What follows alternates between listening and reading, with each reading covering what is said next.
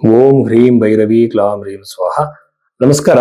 ಈ ದಿನ ಮಾರ್ಚ್ ತಿಂಗಳ ರಾಶಿ ಭವಿಷ್ಯಕ್ಕೆ ಹೋಗೋದಕ್ಕೆ ಮುನ್ನ ಕೆಲವು ವಿಚಾರಗಳನ್ನ ಹೇಳೋದಾದ್ರೆ, ಜ್ಯೋತಿಷ್ಯದಲ್ಲಿ ಬಹಳಷ್ಟು ಮಿಸ್ಟೇಕ್ಗಳಾಗ್ತವೆ. ಜ್ಯೋತಿಷರು ಯಾರು ಅಂತ ನಮಗೆ ಗೊತ್ತಾಗಲ್ಲ, ನಿಜವಾದ ಜ್ಯೋತಿಷರು ಯಾರು ಅಂತಾನೆ ಗೊತ್ತಾಗಲ್ಲ.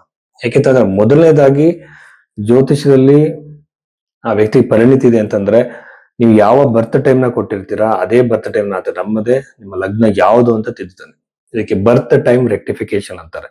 ನೀವು ಕೊಟ್ಟಿರೋ ಸಮಯವನ್ನ ಹಿಂದೆ ನಡೆದಿರುವ ಜೀವನದ ಘಟನೆಗಳಿಗೆ ಲಿಂಕ್ ಮಾಡಿ, ನೀವು ಕೊಟ್ಟಿರುವಂತಹ ಸಮಯ ಇದೆ ಅಂತ ನಿಮ್ಮ ಲಗ್ನವನ್ನು ಕಂಡುಹಿಡಿತಾನೆ. ಯಾಕೆಂದ್ರೆ ಒಂದೇ ರಾಶಿಯಲ್ಲಿ ಲಕ್ಷಾಂತರ ಜನ ಹುಟ್ಟಿರ್ತಾರೆ, ಬಟ್ ಒಂದೇ ಲಗ್ನದಲ್ಲಿ ತುಂಬಾ ಕಡಿಮೆ ಚಾನ್ಸಸ್ ಆ ಲಗ್ನ ಆ ಡಿಗ್ರಿ ವೈಸ್ ಹುಟ್ಟೋಕ್ ಸಾಧ್ಯ. ಓಕೆನಾ?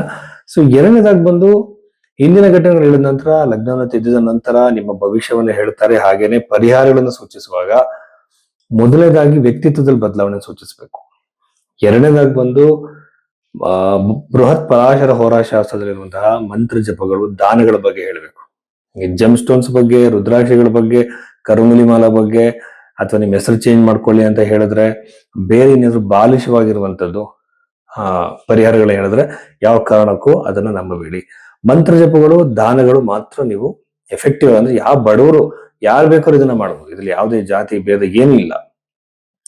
ಇದು ಪರಾಶರ ಮಹರ್ಷಿ ಕೊಟ್ಟಿರುವಂತಹ ರೆಮಿಡೀಸ್. ಇದಾದ ನಂತರದಲ್ಲಿ ಜೆಮ್ ಸ್ಟೋನ್ಸ್ ಬಗ್ಗೆ ಇನ್ಯಾವ್ದ್ರ ಬಗ್ಗೆ ಕೂಡ ಉಲ್ಲೇಖ ಇಲ್ಲ, ನಾನು ಆಲ್ರೆಡಿ ಹೇಳಿದೆ, ಅಂತ ಯಾವ್ದು ಫಾಲೋ ಮಾಡಕ್ಕೆ ಹೋಗ್ಬೇಡಿ. ಇಷ್ಟ ಆದ ನಂತರ ನಿಮ್ಮ ಡೆಸ್ಟಿನಿಯಲ್ಲಿ ಎಲ್ಲದನ್ನು ಚೇಂಜ್ ಮಾಡಕ್ ಸಾಧ್ಯ ಇಲ್ಲ. ಈಗ ಕೆಲವು ಘಟನೆಗಳನ್ನು ಚೇಂಜ್ ಮಾಡಬಹುದು. ಇದರಲ್ಲಿ ಪ್ರಾರಬ್ಧ, ಸಂಚಿತ, ಕ್ರಿಯಾಮಾನ ಕರ್ಮ ಅಂತ, ಅದರಲ್ಲಿ ದೃಢ ಕರ್ಮ ಅಂತೆಲ್ಲ ಇದೆ. ಸೊ ಇದು ಡೀಪರ್ ಸಬ್ಜೆಕ್ಟ್. ಕರ್ಮದ ಅನುಸಾರವಾಗಿ ಕೆಲವನ್ನ ಚೇಂಜ್ ಮಾಡ್ಕೋಬಹುದು, ಕೆಲವನ್ನ ಆಗಲ್ಲ. ಅದು ಆ ಗೈಡೆನ್ಸ್ ನ ಕೊಡ್ಬೇಕು, ಆ ಕೌನ್ಸಿಲಿಂಗ್ ನಾವು ಒಬ್ಬ ಕ್ಲೈಂಟ್ಗೆ ಮಾಡ್ಬೇಕಾಗತ್ತೆ. ಈ ಒಂದು ನೈತಿಕತೆಯನ್ನ ಒಬ್ಬ ಜ್ಯೋತಿಷಿ ಇಟ್ಕೋಬೇಕಾಗತ್ತೆ. ಸೊ ಆ ರೀತಿ ಇಟ್ಕೊಂಡಾಗ ಮಾತ್ರ ನಮ್ಮ ಹತ್ರ ಬಂದಂತಹ ಒಬ್ಬ ವ್ಯಕ್ತಿಗೆ ನಾವು ಸರಿಯಾಗಿರೋ ಮಾರ್ಗದರ್ಶನ ನೀಡಬಹುದು. ಸುಮ್ಮನೆ ಅವರು ಸಂಪಾದನೆಗೋಸ್ಕರ ಇನ್ನೊಂದಕ್ಕೋಸ್ಕರ ಎದುರಿಸಿ ಹಣ ತಗೊಂಡ್ರೆ ತಪ್ಪಾಗುತ್ತೆ. ಸೊ ಇದು ಬಹಳ ಮುಖ್ಯ. ಜೊತೆಯಲ್ಲಿ ಪೂಜೆಗಳ ಬಗ್ಗೆ ಜನಗಳಿಗೂ ಗೌರವ ಇರಬೇಕಾಗತ್ತೆ. ಅದೊಂದು ದೊಡ್ಡ ಸಬ್ಜೆಕ್ಟ್, ಇನ್ನೊಂದ್ಸಲ ಮಾತಾಡೋಣ. ಬಟ್ ಜ್ಯೋತಿಷ ಅಂದ್ರೆ ಏನು ಅಂತ ಜನರಲ್ಲಿ ಗೊತ್ತಿರಬೇಕು.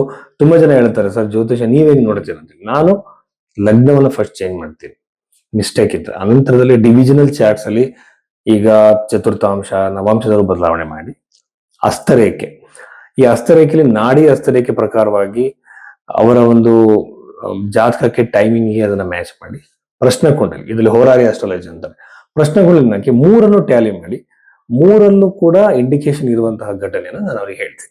ಅವಾಗ ಖಂಡಿತವಾಗಲೂ ಆ ಘಟನೆ ನಡೆಯುತ್ತೆ. ಜ್ಯೋತಿಷದ ಬಗ್ಗೆನೂ ನಂಬಿಕೆ ಬರುತ್ತೆ. ಸೊ ಈ ರೀತಿ ಜಾತಕವನ್ನು ನೋಡ್ಲಿಕ್ಕೆ ನೀವು ಭೈರವಿ ಆಸ್ಟ್ರೋದಲ್ಲಿ ನಿಮ್ಮ ಕನ್ಸಲ್ಟೇಷನ್ ಬುಕ್ ಮಾಡಿ.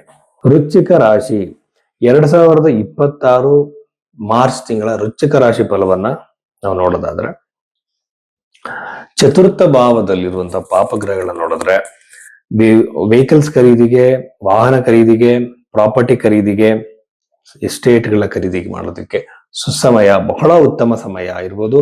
ಜೊತೆಯಲ್ಲಿ ಆ ಒಂದು ಸಿಚುವೇಶನ್ ಬಂದಾಗ ಆ ಟೈಮ್ ಪೀರಿಯಡ್ ಅಲ್ಲಿ ನಿಮಗೆ ಅಂತ ಅವಕಾಶಗಳು ಒದಗಿ ಬರುತ್ತೆ. ಕಮ್ಮಿಯಲ್ಲಿ ನಿಮಗೆ ಪ್ರಾಪರ್ಟಿ ಸಿಗ್ಬೋದು. ಎಗೇನ್ ಇದು ರಿಯಲ್ ಎಸ್ಟೇಟ್ ಬಿಸ್ನೆಸ್ ಮಾಡೋರು ಕೂಡ ಅನ್ವಯಿಸುತ್ತೆ. ಅವರು ಕೂಡ ಬಹಳ ಸಕ್ಸಸ್ ಅನ್ನ ನೋಡ್ತಾರೆ. ಮತ್ತೆ ಕೆಲವರಿಗೆ ಪಿತ್ರಾರ್ಜಿತ ಪ್ರಾಪರ್ಟಿ ಬಂದಿರಲ್ಲ. ಸೊ ಈ ಪಿತ್ರಾರ್ಜಿತವಾಗಿರುವಂತಹ ಪ್ರಾಪರ್ಟಿ ನಿಮಗೆ ಒದಗಿ ಬರ್ಬೋದು, ಸಿಗ್ಬೋದು. ಅದು ಸಂಬಂಧಪಟ್ಟಂತಹ ಕಿರಿಕಿರಿಗಳೆಲ್ಲ ಸರಿಯಾಗುವಂತಹ ಸಾಧ್ಯತೆ ಇದೆ. ಆಮೇಲೆ ವೃಶ್ಚಿಕ ರಾಶಿಯವರಿಗೆ ಮೆಂಟಲಿ ಸ್ವಲ್ಪ ಜಾಸ್ತಿ ಯೋಚನೆ ಮಾಡೋ ಬುದ್ಧಿ ಇರುತ್ತೆ.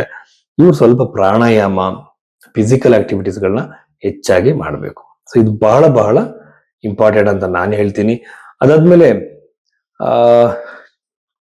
ಪಂಚಮ ಭಾವದಲ್ಲಿರುವಂತಹ ಶನಿ ಗ್ರಹ ನೋಡ್ತಾ ಇದ್ರೆ, ವಿದ್ಯಾರ್ಥಿಗಳಲ್ಲಿ ಮೆಚುರಿಟಿ ಥಿಂಕಿಂಗ್ ಬರೋ ಸಾಧ್ಯತೆ ಶನಿ ಗ್ರಹದಿಂದ ಸಾಧ್ಯತೆ ಇರುತ್ತೆ. ಅಂದ್ರೆ ಯಾವಾಗಲೂ ಕೂಡ ಶನಿ ಗ್ರಹ ಒಂದು ಮೆಚುರಿಟಿನ ಕೊಡುತ್ತೆ, ಸೀರಿಯಸ್ ಥಿಂಕಿಂಗ್ ನ ಕೊಡುತ್ತೆ. ಟೆಕ್ನಿಕಲ್ ಎಜುಕೇಶನ್ ಮಾಡ್ತಿರುವಂತಹ ಇಂಜಿನಿಯರಿಂಗ್ ಸ್ಟೂಡೆಂಟ್ಸ್ಗಳು, ಮೆಡಿಕಲ್ ಮಾಡ್ತಿರುವಂತವ್ರಿಗೆಲ್ಲ ಕೂಡ ಒಂದು ಈ ರಾಶಿಯಲ್ಲಿ ಹುಟ್ಟಿದ್ರೆ ಅವ್ರಿಗೆ ಬಹಳ ಒಂದು ಪ್ರೋಗ್ರೆಸ್ ಅನ್ನು ನೋಡ್ತಾರೆ. ಸೊ ಟೆಕ್ನಿಕಲ್, ನಾನ್ ಟೆಕ್ನಿಕಲ್ ಅಂತ ಬಂದಾಗ ಕಾಮರ್ಸ್ ಕೂಡ ಒಂದು ಸೆಮಿ ಟೆಕ್ನಿಕಲ್ ಸಬ್ಜೆಕ್ಟ್ ಆಗುತ್ತೆ. ಸೊ ಆ ಬಗೆಯಲ್ಲಿ ಅವ್ರಿಗೆ ಪ್ರೋಗ್ರೆಸ್ ಅನ್ನ ನೋಡಬಹುದು. ದಶಮ ಭಾವದಲ್ಲಿರುವಂತಹ ಕೇತು ಗ್ರಹದಿಂದ ನಿಮಗೆ ಉದ್ಯೋಗ ವಿಳಂಬ, ಹೊಸ ಉದ್ಯೋಗದ ಪ್ರಾಪ್ತಿ ಲೇಟ್ ಆಗೋದು, ಇನ್ನು ವಿದೇಶಕ್ಕೆ ಹೋಗಿ ಟ್ರೈ ಮಾಡ್ತಿರ್ತಾರೆ, ಯಾವ್ದು ಡಾಕ್ಯುಮೆಂಟೇಶನ್ ಆಗದೆ ಹೋಗಕ್ ಆಗಲ್ಲ. ಆಮೇಲೆ ಕೆಲವರು ಹೊಸದಾಗಿ ಸ್ಟಾರ್ಟ್ಅಪ್ ಗಳನ್ನ, ಬಿಸ್ನೆಸ್ ಗಳನ್ನ ಮಾಡ್ಬೇಕು ಅನ್ಕೊಂಡು ಅಲ್ಲೂ ಕೂಡ ಎಡುತ್ತಾರೆ, ವಿಳಂಬ ಆಗ್ತಾ ಹೋಗುತ್ತೆ, ಕಟ್ ಮಾಡ್ತಾರೆ. ಕೇತು ಯಾವಾಗಲೂ ಕಟ್. ಈ ಸಾಧ್ಯತೆಗಳಿದ್ದಾಗ ಏನ್ ಮಾಡ್ಬೋದು ಅಂದ್ರೆ, ಉದ್ಯೋಗದಲ್ಲಿ ಎಕ್ಸ್ಪೆಕ್ಟೇಷನ್ ಸ್ವಲ್ಪ ಕಡಿಮೆ ಇಟ್ಕೊಳ್ಳಿ. ದಶಾ ಪೀರಿಯಡ್ ಅಲ್ಲಿ ಯಾವ ಸೀಕ್ವೆನ್ಸ್ ಬಂದಿದೆ ಅಂತ ನೋಡಿ, ಅದರ ಪ್ರಕಾರವಾಗಿ ಡಿಸಿಷನ್ಸ್ ತಗೊಳ್ತಾ ಹೋಗಿ. ಅಂದ್ರೆ ಜಾತಕದಲ್ಲಿ ಫೇವರೇಬಲ್ ಅನ್ಫೇವರೇಬಲ್ ಅಂತ ಎರಡು ಟೈಮ್ ಇರುತ್ತೆ, ಅಥವಾ ನ್ಯೂಟ್ರಲ್. ಫೇವರೇಬಲ್ ಟೈಮ್ ಅಲ್ಲೇ ಕೆಲಸಗಳನ್ನ ಮಾಡ್ತಾ ಹೋಗಿ. ಇನ್ನು ಉದ್ಯೋಗದ ಪ್ರಾಪ್ತಿ ಆಯ್ತು, ವಿವಾಹದ ಅವಕಾಶ ಅತಿ ಹೆಚ್ಚಾಗಿದೆ. ಯಾರಾದ್ರೂ ಬೇರೆ ಬೇರೆ ಒಂದ್ ರೀತಿ ನೀವು ಇಷ್ಟಪಟ್ಟಿರ್ತೀರ, ಮನೇಲಿ ಒಪ್ಪಿರಲ್ಲ ಅಂತ ಸಂಬಂಧಗಳನ್ನ ಕುಟುಂಬದವ್ರು ಒಪ್ಕೊಳ್ಳೋ ಸಾಧ್ಯತೆ ಈ ಒಂದು ಟೈಮ್ ಪೀರಿಯಡ್ ಅಲ್ಲಿ ಈ ಒಂದು ವೃಶ್ಚಿಕ ರಾಶಿಯವರಿಗೆ ಇದೆ ಅಂತ ಹೇಳ್ಬಹುದು. ಅಷ್ಟಮದಲ್ಲಿರುವಂತಹ ಗುರುಗ್ರಹ ಬಂದು ಸಡನ್ ಫೈನಾನ್ಷಿಯಲ್ ಗೇನ್ಸ್ ನ ಕೊಡೋ ಸಾಧ್ಯತೆ ಇದೆ. ಏನೋ ಒಂದು ವ್ಯವಸಾಯನೋ, ಕೃಷಿನೋ, ಅಂಗಡಿನೋ, ಬಿಸ್ನೆಸ್, ರಿಯಲ್ ಎಸ್ಟೇಟ್ ಏನೋ ಮಾಡಿರಿ, ಸಡನ್ ಆಗಿರುವಂತಹ ಬದಲಾವಣೆಗಳನ್ನ ಈ ವೃಶ್ಚಿಕ ರಾಶಿಯವರಿಗೆ ಈ ಟೈಮ್ ಪೀರಿಯಡ್ ಅಂದ್ರೆ ಮಾರ್ಚ್ ತಿಂಗಳಲ್ಲಿ ಒದಗಿ ಬರುತ್ತೆ, ಅವಕಾಶಗಳು ಬರುತ್ತೆ ಅಂತ ಹೇಳ್ಬೋದು. ಇಷ್ಟು ವೃಶ್ಚಿಕ ರಾಶಿಯವರದು. ಬಟ್ ವೃಶ್ಚಿಕ ರಾಶಿಯವರು ಸುಬ್ರಹ್ಮಣ್ಯ ಸ್ವಾಮಿಯನ್ನ ಆರಾಧನೆ ಮಾಡಿದ್ರೆ ಒಳ್ಳೇದು. ಆ ದೇವರ ಅನುಗ್ರಹ ಅವರಿಗೆ ಮೇಲೆ ಹೆಚ್ಚಾಗ್ತಾ ಹೋಗುತ್ತೆ. ಇಷ್ಟು ವಿಚಾರಗಳು ವೃಶ್ಚಿಕ ರಾಶಿಯವರದು.